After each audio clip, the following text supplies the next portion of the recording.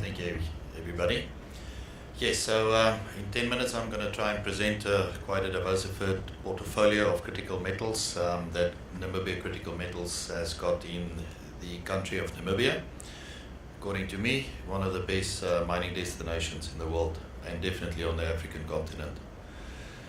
Okay, so the company is listed on the TSXV. We float between sort of 30 and 40 million Canadian market cap.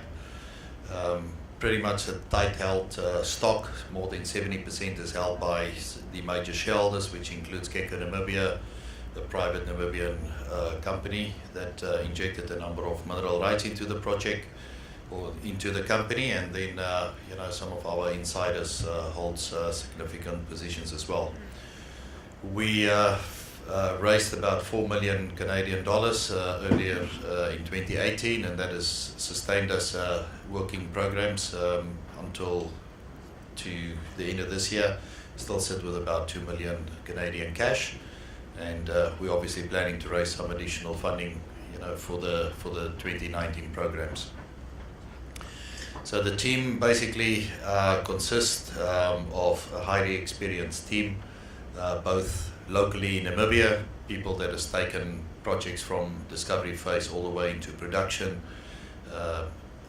both on geology and the processing and engineering sides, as well as a very experienced team back in Canada that roams the streets of Toronto and understand the capital markets where we need to source our funding from.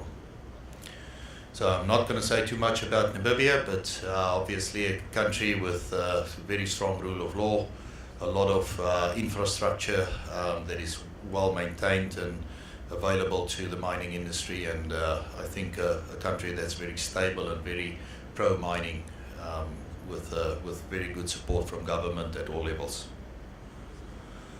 So this is an overview of our projects. So in essence, we sit with 7 projects and 11 mineral rights within this specific entity. We've spent most of our activities over the last couple of months in the northwestern area of Namibia, where we've been actively exploring in the Kunene area for copper and cobalt, and we've got 2 fairly advanced projects which I'll touch on. The Apembe project, where we know there's a significant carbonatite with tantalum, niobium, uranium mineralization, and then our Loftal rare earth project near Korigas, where we already have a 43-101 and a PEA that was completed in 2014. The central north area, you see 3 red stars there. Those are pretty much lined up with what we know is Namibia, the sort of the gold belt running from the Nabagab to the Otjikoto gold project, and we are going to start with some initial work in 2019 on those licenses. And then down in the Barambat area at the south, we've got a fairly new EPL that was granted to us, and there's obviously we're chasing some pegmatites there with tantalum and lithium and rare earth potential. So pretty much a very diversified portfolio of critical metals, ranging from sort of project generation all the way through to fairly advanced projects already, where we know what's in the ground, where we've done significant metallurgical work and feasibility studies, up to the Loftal project. So we see ourselves pretty much as an incubator of new projects in Namibia, the land that we know very well, and we move the projects through the various phases, applying the very broad-based technical skills and capacity we have locally in Namibia. This is the Kunene Cobalt Copper area. So we're adjacent to Celsius Resources, that is obviously in the last 2 years discovered the Ububu Cobalt project, significant global scale cobalt resource. It's the resource is 112 million tons, roughly at a 2% copper equivalent with cobalt and copper mineralization. We basically to the west of them, and we've started with a SkyTem survey earlier in 2018, followed that up with Project Target Generation, and we started a drilling program. And we're currently drilling all of those blue circles that you basically see on the area, and we are waiting some of our results. We will continue into 2019 further to the west. We currently have got boots on the ground, following up on the soil anomalies and doing some field work and finalizing drill target positions in this specific area. We believe this area is very prospective for a whole host of mineralization. We've seen significant values, abnormalous values of both copper, vanadium, cobalt in these areas that we've started to drill. The next area that we're focusing on is near the Elephantine area. There's a significant mafic complex there. It's undercover. It's been there for many years, and all the geologists has, been wondering what is below there. So we're taking the bold step now to actually do a sky depth EM survey over that in March, and then out of that we'll flow some target generation, and then we'll drill definitely some targets off later this year.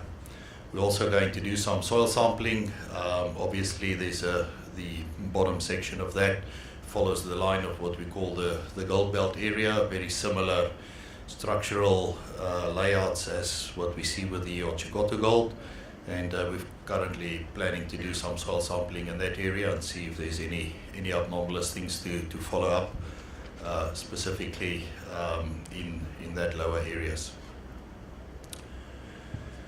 The most advanced project is our Loftal heavy rare earth project. It is quite unique in the sense that it's one of only two xenotime deposits that contain 75% plus heavy rare earths, specifically dysprosium and terbium.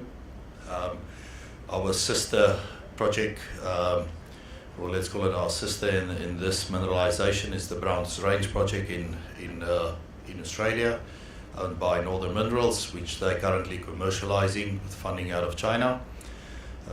We are in the process at the moment to plan the expansion of our resource. The PEA that was completed in 2014 contained only 7-year life of mine. We know it's open to depth and along strike, so we plan to at least double that resource so we can get a 15-year life of mine out of the project. And then we are doing some additional work on ore sorting to try and improve the grades feeding into the process plant, reduce capital, reduce operating costs. So we hope to finish all of that updated sort of PEA later this year with this specific project.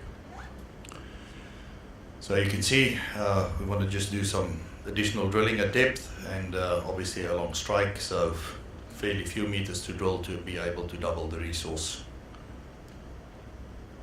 And then we're focusing on the AllSorting technology. It seems like a lot of companies are going that way.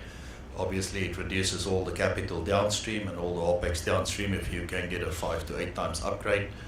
And our teams are currently in Joburg with a 14-ton metallurgical bulk sample, and they actually started to run some of the AllSorting work with Steinert and Rados last week. Then Apembe is our tantalum niobium uranium project. It's situated about 40 kilometers from the Kunene River, also just north of 80 kilometers north of Upuvu in the northwest. A significant mineralization zone, 7 kilometer strike length, of which we've drilled about only 500 meters. We've put 12,000 meters into drill. And it's also a carbonatite with a pyrochlore contained mineral, so all the valuables is in the pyrochlore, and the benefit is that our pyrochlore has got a tantalum bias, so significant amount of value there, and uranium was also a significant credit that we will see there. So on this we're doing AllSorting test work as we speak, and once we completed with that we will then rerun sort of back on the envelope numbers and then start to make decisions on how do we take this project into a 43-101 resource and a PEA later this year. Yeah, so that's in summary where we are. We spread our expenditure for the next year basically through various phases of our projects that we're advancing, and we will be adding, I believe, significant value over the next 12 months to our portfolio of projects in Namibia. Very capable team, so we're a major player in the Namibian space.